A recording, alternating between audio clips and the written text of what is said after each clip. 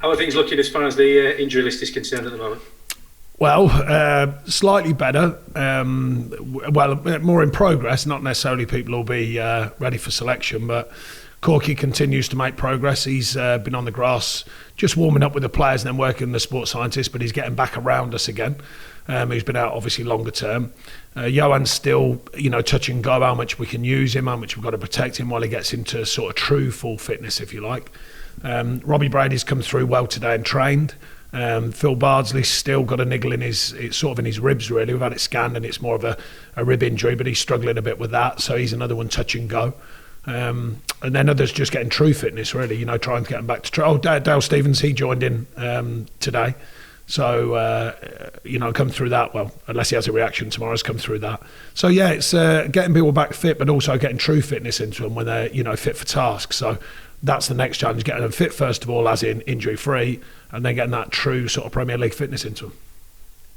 Obviously, you had Nick Pope with his concussion procedures that you had to go through and miss the game against Man City. We've had a couple of others in the last week or so. We've seen a couple of players have pretty serious looking head injuries during games, and yet some have ended up carrying on. The talk now is the possibility of maybe there being a concussion substitute. It's something that we see in other sports. Do you think it would fit well in football? I don't know the science behind the testing of it. So, in Pope's case, it was after the event. He was okay to carry on, finish the game. Then after the event, when they did the checks afterwards. So I don't know how quickly them checks can be done. If they can be done very quickly, apart from the obvious, Raul Jimenez, and obviously our thoughts are with him and on a good recovery, of course. But, that was a different ball game, very serious injury, and we hope he's well, obviously. Pope's was a knock that kind of just, literally shook him. And then after the event, he was showing some of the signs. So therefore, we had to go through the protocols. Back to your fitness, by the way, he's right and ready and clear. So I think if it can be done quickly on pitch to decide, then I think there's certainly a talking point. But there's a lot of noise from people saying about VAR and how it slowed the game down and how it's, some people are really against it and the time effect of it. So I imagine the doctors would have to come out of a very simple testing way that could decide that very quickly, because if not, it could be, in theory, misused. So it's got to be there's got to be someone who makes that decision, and someone, of course, who's open to make that decision for both sides as well, to bring fairness to it. You talked previously about, obviously, with all the injuries that you've had recently, maybe looking into why that is the case. Have you managed to figure anything out on that respect at the moment? Well, a lot's been made of, overuse injuries this season, but I don't think our players have been particularly overused, other than having to because of the injuries. But the point is they had a break in the summer. It wasn't a massive break. Could that play its part? Possibly, but it's hard to define that as being the actual reason, because obviously we had a massive load of injuries before that after the 9 games in that period. And I must say, we test our players, and when they came back from the first, the lockdown, they were very fit. They were in really good shape. Admirably, actually, how they'd looked after themselves. And yet we had a spate of injuries. So we put that down to one of them things, and then we've come back through this pre-season, and as I suggested, a shorter pre-season. And we've had another spate of injuries, and just when we get people fit, we get people re-injured or other injuries. So that's been really tough for us. Back to your point, we've looked at training schedules, we've looked at how we're working. That's not me making that noise, by the way. Someone ought to maybe turn their microphone off, just to be clear, that's not me. We've looked at our training schedules, we've looked at recovery, we've looked at days off, we've looked at different ways the physios could work. And I think it's awkward to define the actual reason. The game schedule as well, it has been peculiar. We understand why, of course. We've all got to work with it and adapt to it. That we have had a very peculiar game schedule, days, times, etc. So we're trying to work our best through it, other than the obvious, which is just a spate of injuries all at once. It can happen.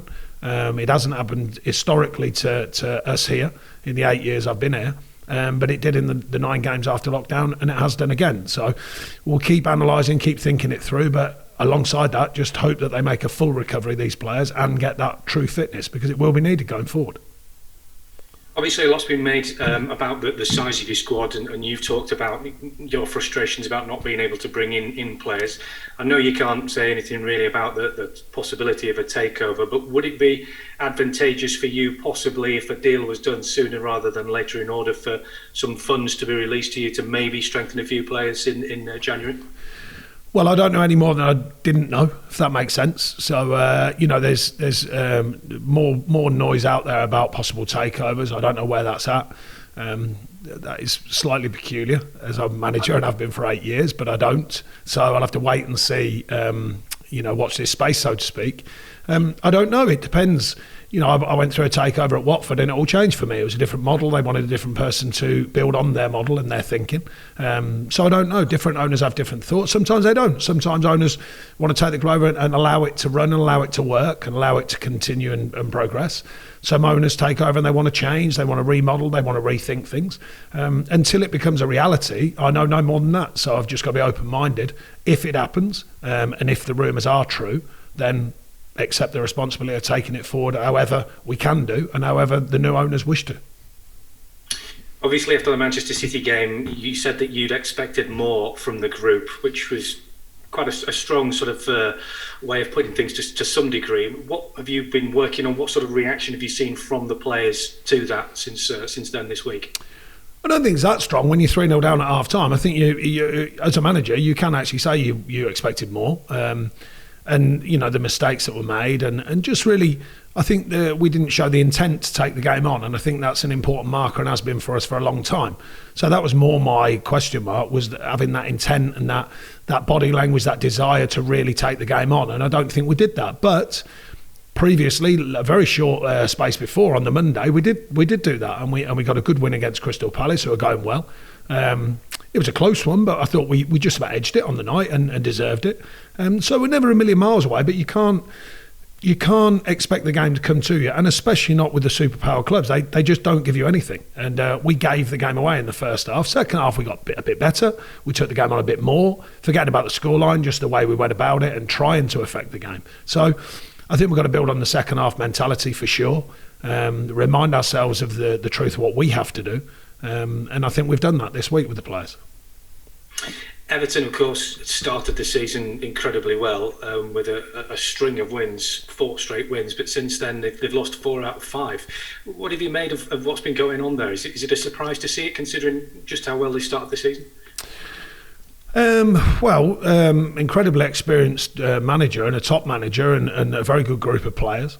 I think what it does do is show you the strength of the Premier League, because you've never got it sussed in the Premier League. You have a great run of results, and most of them they deserved and played very well, and then suddenly you have a tough run of results, and it's a strange animal, the Premier League. It just sneaks up on you, and all of a sudden you're thinking, hang on a minute, we've won 1 in 5, when we were cruising, sort of thing. So I think that's the reality of the Premier League, and it's in a strange way. It's pleasing to see that even the bigger clubs with big resources and top managers, even they find it tough at times and have bad spells, and that can happen to anyone.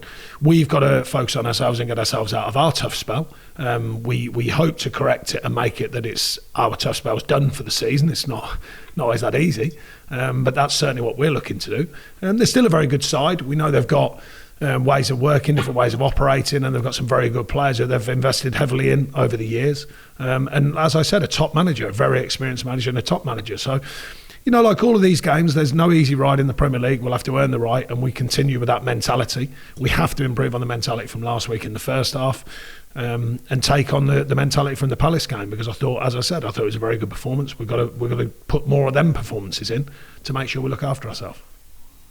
Just finally from me, last night we saw the return of some fans to grounds at games, which was great to see. How much are you looking forward to the possibility of seeing fans back in grounds in games that you'll be involved in very soon? Yeah, brilliant. I mean, look, it's a start point, isn't it? It's it hasn't solved everything yet, but with the news on the vaccine becoming available and being rolled out, and obviously I can only imagine the logistics is not quite as easy as we all imagine or hope, but I think and hope that numbers will change quickly on the back of these early games and these early lowish numbers, that they'll build quickly, along with the news from the central government, of course. So that's what we're hoping for. But it would be great to just have fans back in. It gives them a taste of the reality of the game again, literally being pitch side. Thank you very much, Sean. Thank you. Thanks, Fraser. Paul Galverstone, Premier League Productions. Next, Paul. Thank you very much. Hi, Sean. Hope you're well. I wondered how Josh Benson has been this week after an impressive Premier League debut, albeit in a disappointing game. Yeah, really good. He's done well last week, and as you said, a tough game. But he's got a good attitude, and I think he's maturing very well as a player. A loan spell did him the world of good, and he's come back in. He's trained constantly, been around our group really since the first lockdown, and I think that's done him good as well. Training on a regular basis with the good players around him, and I was pleased for him. You know, despite a tough result, it's a big day that, you know, for a player like Josh, and he did very well. So yeah, he should be pleased with himself, as I'm sure he has been. But he now knows the reality of how tough it is in them games sometimes. You know, because you are playing against top opposition, as we were in Man City. And you've mentioned the Palace game a couple of times. After the way the first couple of or three home games went this season, does it feel like a corner's been turned at home? Is it too early to tell, or is that just being well, either way with the Premier League, you know, the last one doesn't guarantee the next one. You know, win or lose, you know, you have to find a way of winning each game as it comes. Obviously, if you get some results and you're winning and confidence builds slightly, but whether it's there or not, it doesn't guarantee the next one. So, you know, I thought it was a valid win in the end. Like I say, tight game, but that's often the case in our games. We've got to show signs of delivering another performance like that. We slipped away from it the following week, but against top opposition, it must be said. So I don't want to discredit Man City, nor would I. Fantastic opposition, actually, on the day. But we've got to get back to the reality of our performances. And like I say, we've not been a million miles away this season, but we've got to make sure that we're closer to our top of our level of performance, because when we do that, we know historically we can win games and get points on the table.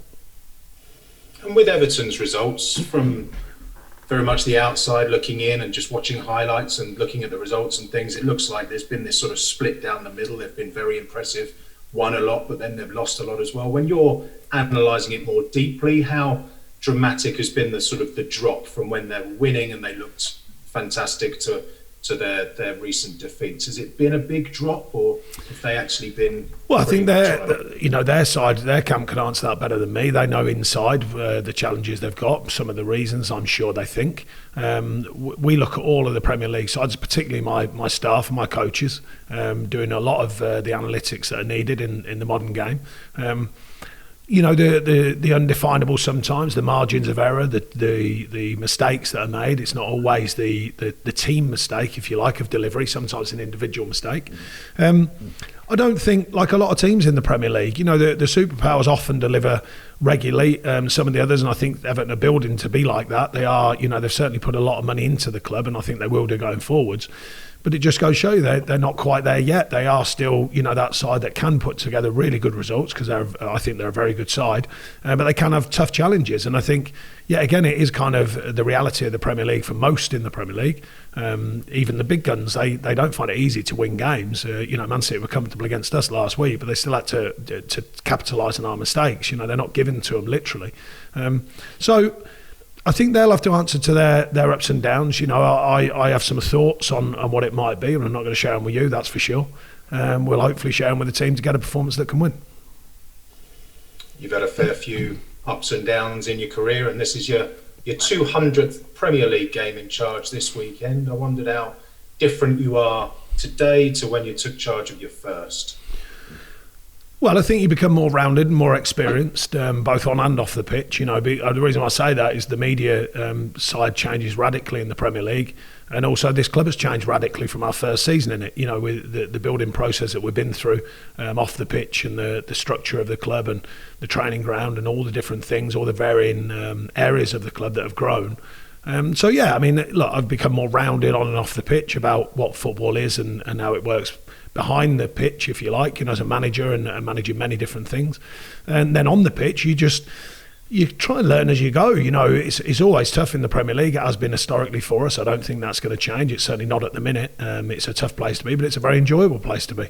You know, it's a top division, we know that. Arguably, I mean, most people suggest it's one of the most competitive in the world.